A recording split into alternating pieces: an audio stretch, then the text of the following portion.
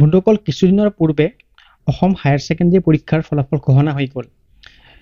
যিয়ে ভাল ফলাফল লাভ কৰিছে তেওঁলোকক অভিনন্দন জনাইছোঁ আৰু যিসকলে আশা কৰা মতে ফল নাপালে তেওঁলোকক গুড লাক জনাইছোঁ, যাতে আগলৈ আৰু বেছি চেষ্টা কৰি এটা ভাল ৰিজাল্ট পাব পাৰে।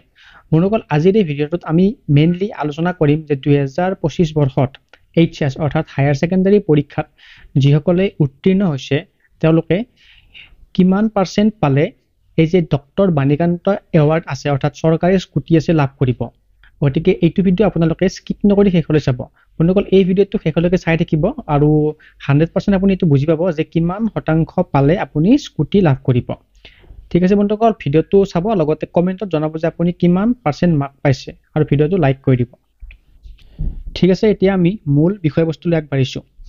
2023 বৰ্ষত HS অৰ্থাৎ হায়াৰ ছেকেণ্ডাৰী ৰিজাল্ট ঘোষণা হোৱাৰ পিছত আমাৰ অসমৰ মুখ্যমন্ত্ৰী ডক্টৰ হিমন্ত বিশ্ব শৰ্মা ডাঙৰীয়াই এটা গুৰুত্বপূৰ্ণ ঘোষণা কৰিছিল। তেওঁ কৈছিল যে 2024 বৰ্ষৰ পৰা এটা নতুন নিয়ম আমি কাৰ্যকৰী কৰিম আৰু সেই নিয়মটো মতে তেওঁ আমাক জনাইছিল যে ল'ৰাই হওক বা ছোৱালীয়ে হওক উভয়ে 80% মাৰ্ক পাব লাগিব। কিন্তু আমি বন্ধুসকল দেখিবলৈ পালোঁ যে 2024 চনতো যিটো আগৰ নিয়ম আছিল সেইমতেই স্কুটি প্ৰদান কৰা হৈছিল। আগৰ নিয়ম বুলি ক'লে মই কি বুজিছোঁ ইয়াত যে ছাত্ৰীসকলে 60% আৰু ছাত্ৰসকলে 75% মাৰ্ক পালেহে স্কুটি লাভ কৰিছিল। মানে কি হ'ল 2023 চনত যদিও তেখেতে ঘোষণা কৰিছিল যে 80% হ'ব, কিন্তু আমি দেখিবলৈ পাইছিলোঁ যে 2024 বৰ্ষত সেই আগৰ নিয়ম অনুসাৰে মানে স্কুটিবিলাক প্ৰদান কৰা হৈছিল।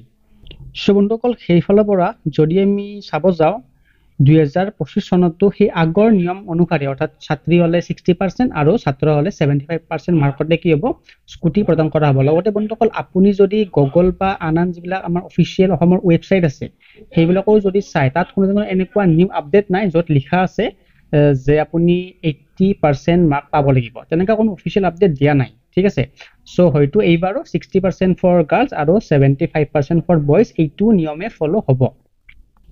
ইয়াতে বন্ধুসকল আৰু কেইটামান ইম্পৰ্টেণ্ট কথা আছে যিকেইটা কথাৰ ওপৰত ডিপেণ্ড কৰিব যে আপুনি স্কুটি পাব নে নাই। মানে কেইটামান চৰ্ত আছে, সেইকেইটা চৰ্ত ফুলফিল হ'লেহে আপুনি এই যিটো ডক্টৰ বাণীকান্ত কাকতি এৱাৰ্ড অৰ্থাৎ চৰকাৰী স্কুটি আছে সেইটো লাভ কৰিব। চ' প্ৰথম যিটো চৰ্ত সেইটো হৈছে যে আপুনি চৰকাৰী কলেজতহে নামভৰ্তি কৰিব লাগিব। মানে ধৰক আপুনি হাই ছেকেণ্ডাৰী পাছ কৰিলে আৰু আপুনি কি কৰিলে, আপুনি এখন প্ৰাইভেট কলেজত নাম লগালে বা আপুনি এটা প্ৰাইভেট কোচিং চেণ্টাৰত মানে ধৰক NEET বা JEEৰ কাৰণে নামভৰ্তি কৰিলে। যদি আপুনি তেনেকুৱা কৰে আপুনি চৰকাৰী স্কুটিৰ বাবে অযোগ্য হ'ব, মানে আপোনাক চৰকাৰী স্কুটি দিয়া নহ'ব। যদি আমি চাওঁ ইয়াতে 2 নম্বৰ চৰ্তটো কি, তেতিয়াহ'লে ইয়াত মন কৰিব লাগিব যে আপুনি অসমৰ যদি বাহিৰত যায়, বাহিৰত গৈ বা বাহিৰৰ কলেজত নাম লগালে তেতিয়াও আপুনি চৰকাৰী স্কুটি লাভ কৰিব নোৱাৰে, মানে আপুনি চৰকাৰী স্কুটিৰ বাবে অযোগ্য বিবেচিত কৰা হ'ব। মানে মেইন কথাটো কি, আপুনি অসমতে থাকি অসমৰ যিকোনো চৰকাৰী স্কুলতহে পঢ়িব লাগিব, তেতিয়াহে আপুনি এই যিটো ডক্টৰ বাণীকান্ত কাকতি এৱাৰ্ড আছে বা চৰকাৰী স্কুটি আছে সেইটোৰ বাবে এলিজিবল হ'ব। বন্ধুসকল ভিডিঅ'টোৰ শেষৰ ফালে দুটামান কথা জনাম যে যদি আপুনি ভাবে যে মই বাহিৰত গ'লেহে মোৰ ভৱিষ্যতটো উজ্জ্বল হ'ব বা মই এটা কোচিং ল'বই লাগিব, মোৰ এইটো জীৱনৰ লক্ষ্য হয়, তেতিয়াহ'লে তাতকৈ মানে স্কুটিখন ডাঙৰ বস্তু নহয়। ঠিক আছে, মানে যদি আপুনি ভাবে যে NEET মোৰ ক্লিয়াৰ কৰিম সেইটো মোৰ জীৱনৰ এইম হয় বা মই JEE কৰি ইঞ্জিনিয়াৰিং কৰিম সেইটো মোৰ জীৱনৰ লক্ষ্য হয়, তেতিয়াহ'লে আপুনি সেইটোৱে কৰক, কাৰণ আপোনাৰ জীৱনৰ লক্ষ্যতকৈ স্কুটিখন ডাঙৰ বস্তু নহয়। ঠিক তেনেদৰে বিপৰীতভাৱে মই এইটো কথাও জনাম যে অসমৰ বাহিৰত গৈ পঢ়িলেহে যে মানে জীৱনত সফল হ'ব পাৰি সেইটোও নহয়। অসমৰ ভিতৰত থাকি মানে ইয়াতে থকা স্কুল কলেজত পঢ়িও আপুনি সফল হ'ব পাৰে। ঠিক আছে, কথাখিনি নিশ্চয় বুজি পাইছে মই কি ক'ব চেষ্টা কৰিছোঁ।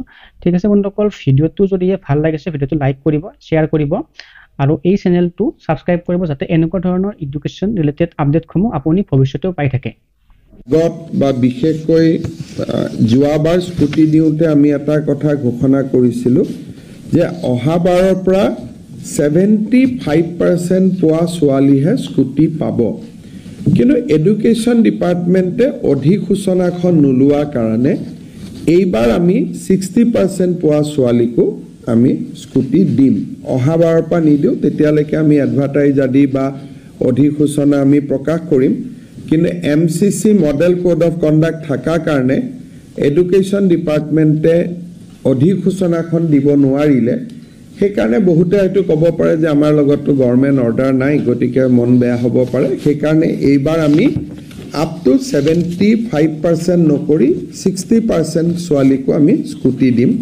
প্ৰায় 50,000 ছোৱালীয়ে এইবাৰ স্কুটি পাব।